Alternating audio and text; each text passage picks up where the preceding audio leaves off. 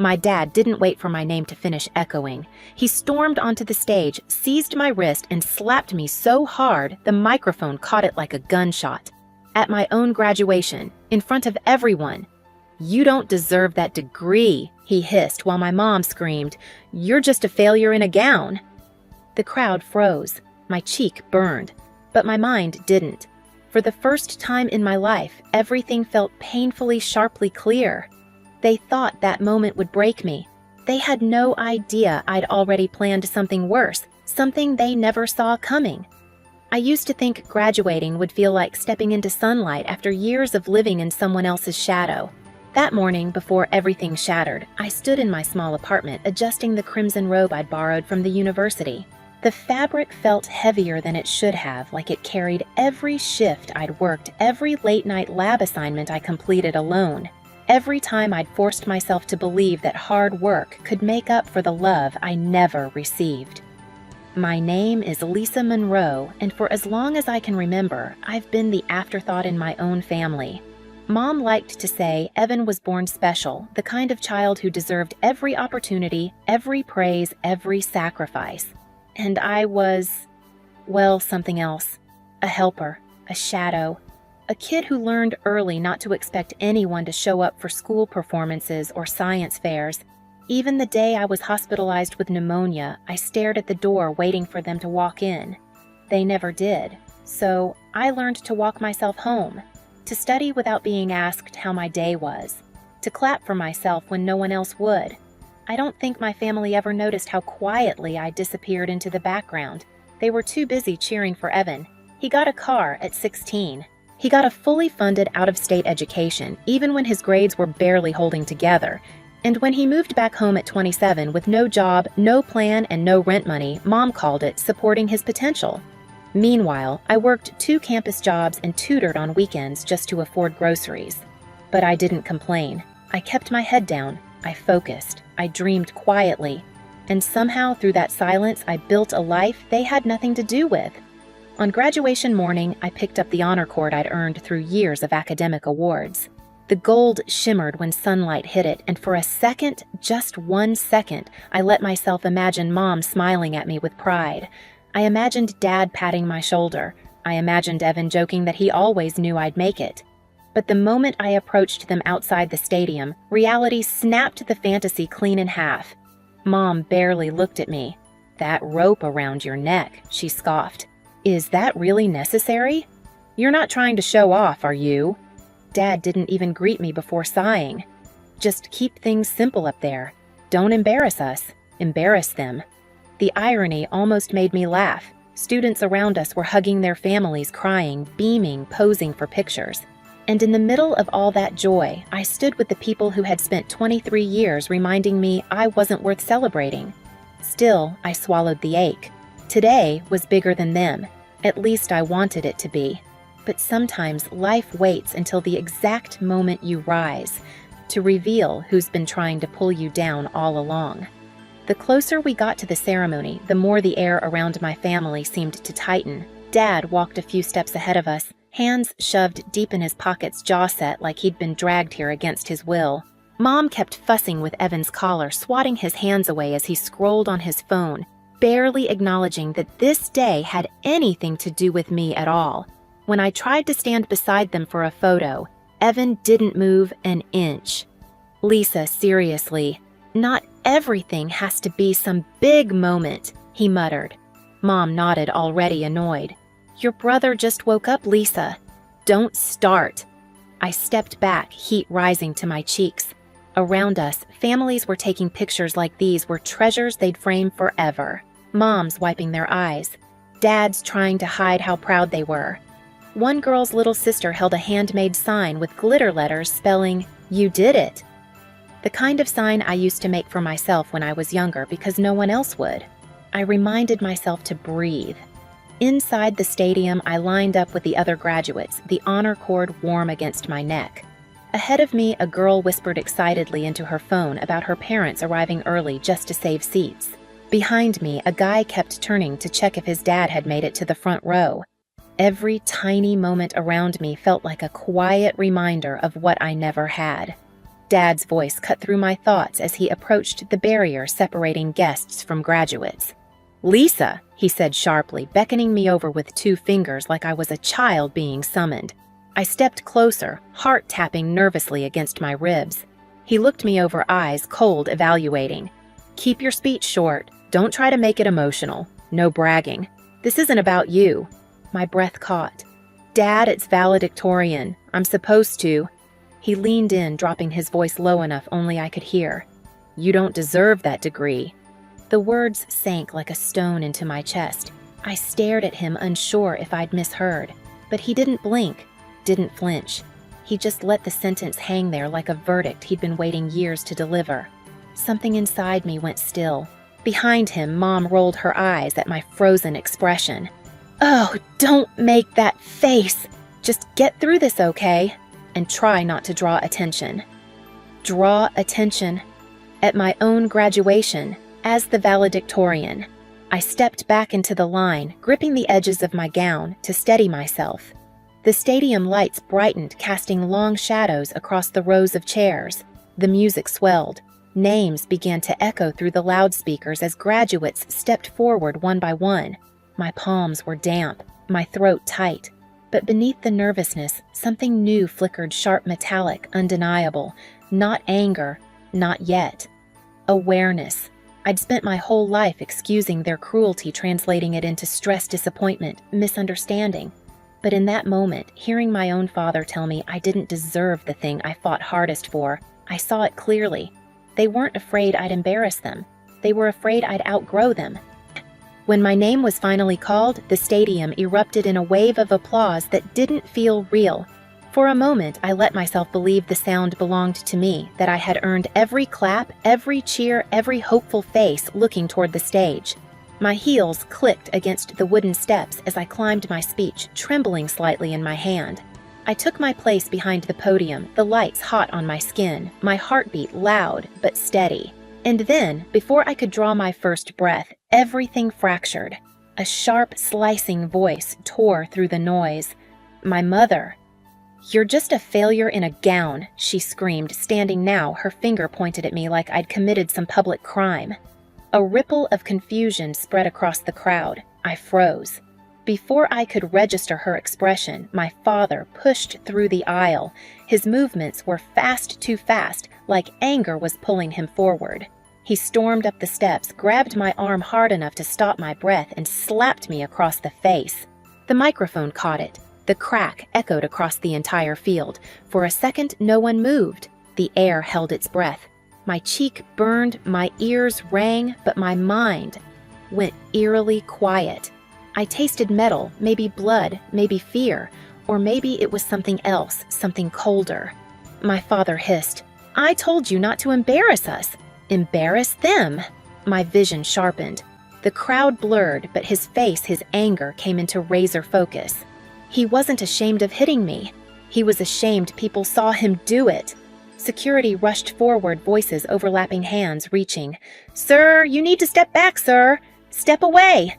My mother shouted at them, insisting they didn't understand. Evan ducked his head like he hoped no one recognized him. My graduation ceremony dissolved into chaos because of the people who claimed to love me. As security guided them away, my professor hurried to my side. Lisa, can you hear me? Are you okay?" His worried eyes blurred a little, not because I was crying, but because some part of me was collapsing inward, folding into itself. But then, something inside me hardened. I straightened, ignoring the throbbing in my cheek. "I'm fine," I whispered, though the word didn't feel entirely true. Still, I finished walking across the stage, shaking the dean's hand with fingers that trembled only slightly. The audience cheered louder than before, louder than necessary. Maybe out of pity, maybe out of outrage, maybe because they'd just witnessed something unforgettable for all the wrong reasons. When the ceremony finally ended, I didn't go meet my classmates. I didn't search for anyone. I walked straight across the field past the tents and the families and the scattered programs on the grass and headed to the administration building. The hall inside was quiet, fluorescent lights humming faintly. When the woman at the financial window asked what I needed, my voice didn't waver. "I want a printed breakdown of every payment for my tuition," I said. Every semester, every source. She hesitated, then nodded. Minutes later, I held the pages in my hands. Line after line confirmed what I already suspected. They had contributed nothing, not $1. And just like that, the collapse stopped feeling like an ending and started feeling like the beginning. I walked back to my apartment still in my gown, the honor cord brushing against my arm with every step, like a reminder of who I was and who they refused to see. When I closed the door behind me, the silence felt heavier than the applause had. I spread the financial printouts across my table: scholarship grants, research stipends, awards, summer program credits, tutoring income, even the bills I'd paid from working late in the university lab. The truth glared at me in black ink. Every achievement I had, I earned alone. And then something inside me clicked: clean, final, inevitable. I opened the bottom drawer of my desk and pulled out the envelope my parents had given me last year. "Just sign these," Dad had said. "It'll make things easier for us when we retire." I'd thought stupidly it was the first time they trusted me with something important. Now I knew better. Inside were the documents appointing me as temporary proxy in emergencies. They never imagined I'd use it. They assumed I'd always stay small, grateful, obedient. They assumed wrong. The next morning, I sat across from a financial advisor in a small office overlooking downtown. My cheek was still bruised, but I didn't bother covering it. "You have legal authority to restructure the fund," he confirmed after reviewing the paperwork. "It's unusual, but it's valid." "I want it protected," I said. "Not liquidated for myself. Just moved somewhere they can't misuse it." He nodded slowly, as if studying me. "Most people come in angry." "You don't look angry." I considered that. "I'm not. I'm done." By noon, the paperwork was filed. The fund was placed into a trust with protections they couldn't bypass. I wasn't taking a cent. I was simply closing the door they kept slamming in my face. Hours later, the video of my father slapping me hit the internet. Valedictorian struck by parent on stage. The clip spread fast, first among students, then the local news, then people across the country who saw themselves in my stillness, my silence, my refusal to break, even when the world watched me shatter. Messages filled my inbox. Strangers sent support, shared their stories, asked if I was safe. I didn't respond to most, but one email made me stop. A tech investor from Seattle wrote, "Anyone who can hold composure under that kind of pressure has the resilience I want in my lab. Interested in joining my team." The offer was double what the university had given me. That night, I sat in my dark apartment, the only light coming from my laptop screen. My parents thought they'd humiliated me. Instead, they created the moment that changed everything. But I wasn't done. I returned to the university the next day. When the auditorium was empty, I walked back onto the stage. The podium still stood there, silent, waiting. It felt surreal being in the same place, but without the chaos, without their voices poisoning the air. I set up my phone hit record and faced the camera. My parents said I didn't deserve my degree. I began. "So let's talk about what I actually deserve." I laid out everything calm, factual, steady. The scholarships, the grants, the bills I'd paid alone, the proxy rights they signed, the trust now protecting their own retirement from their poor decisions. "I'm not destroying their future," I said softly. "I'm protecting mine." Then, as a symbol not of revenge, but of closure, I fed the old paperwork they gave me into a shredder. The sound was slow, deliberate, final. "They had no idea what I would do next," I said to the camera. "But I hope they learned something from what I did." I stopped recording. No dramatics, no yelling, just truth. The video hit 1 million views in 2 days. My parents didn't call at first. Then on day 3, Dad left a voicemail. "Lisa, send us the access code to the fund. We can't get in." No apology, no acknowledgement, no humanity. Mom texted hours later. "Stop being dramatic. Your father needs that password." I sent one photo back the shredder. The next week, I boarded a flight to Seattle to start my new job. I didn't tell them. I didn't owe them that. My new workplace was bright, modern, full of people who cared more about ideas than appearances. For the first time, I felt like I belonged somewhere. It didn't take long for them to find me. One afternoon, after a long strategy meeting, I walked into the lobby and froze. My mother stood there twisting her handbag. My father hovered beside her, older, somehow deflated. The receptionist gave me an apologetic look. She recognized them from the viral video. Mom stepped forward. "Lisa, sweetheart, we just want to talk." I kept walking until I stood a deliberate distance from them. "Now you want to talk," I said. "When there's no stage, no audience, no applause to drown out who you really are." My father cleared his throat. "Your brother told us you exaggerated things online." "Really?" I said. Because the slap wasn't edited, the scream wasn't edited, and neither were your words. They flinched but said nothing. I handed them an envelope. Inside were copies of everything: payment records, scholarship notices, grant approvals, their proxy signatures, and documentation showing the trust was legally protected. Mom's hands trembled. "Why are you doing this to us?" I looked at her evenly. "I'm not doing anything to you. I'm simply stopping what you did to me for years." Dad opened his mouth, but I cut him off.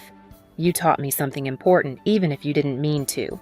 You taught me that some people only love the version of you they can control. And once you grow past that version, they try to crush you back into it." Silence stretched between us. "You can leave now," I said gently but firmly. "There's nothing left to discuss." They left without another word. Their footsteps faded down the marble hallway until they were gone completely. I exhaled slowly, realizing this was the moment I'd been walking toward my whole life. Not revenge, not triumph, but freedom. 3 months later, at a research conference in Chicago, I presented early detection models I'd spent years working on. Afterward, a dean approached me. "I watched your story," she said, "but your work speaks louder. Have you ever considered leading your own program?" I felt that same clarity I'd felt on stage the day everything fell apart. Only this time, it didn't come from pain. It came from becoming who I was always meant to be. Chicago felt like a second beginning. The air was colder, cleaner, almost sharp against my lungs, like it was cutting away whatever still clung to me from the past. I settled into my new role, leading a small research team guiding students who reminded me of versions of myself that never had anyone to believe in them. For the first time, I woke up without bracing for someone's disappointment. Then, Evan reached out. A short message our parents had kicked him out, blamed him for everything, claimed he'd made them look bad. He said he had nowhere to go. He asked if he could stay with me. I didn't reply. Instead, I mailed him a photo from graduation the moment of the slap frozen midair, a reminder of how cycles break. I framed that photo on my new office shelf not as a wound, but as proof that rising isn't always loud. Sometimes it's a quiet decision to walk away and never look back. My parents still pretend none of it happened. Evan still waits for a reply. But I've learned that freedom isn't granted. It's claimed one boundary at a time. If this story touched something in you, tell me where you're listening from. And if you've ever had to fight your way out of a story someone else wrote for you, hit subscribe. You're not alone.